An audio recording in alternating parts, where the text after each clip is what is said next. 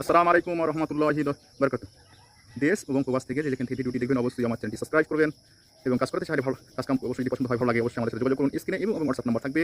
বর্তমান কাজটা শেষ করলাম গাজীপুর আওড়াখালী বাজারের পাশে। অবশ্যই নিত্য নতুন ভিডিও পেতে অবশ্যই আমার চ্যানেলটি ফলো দিয়ে রাখবেন।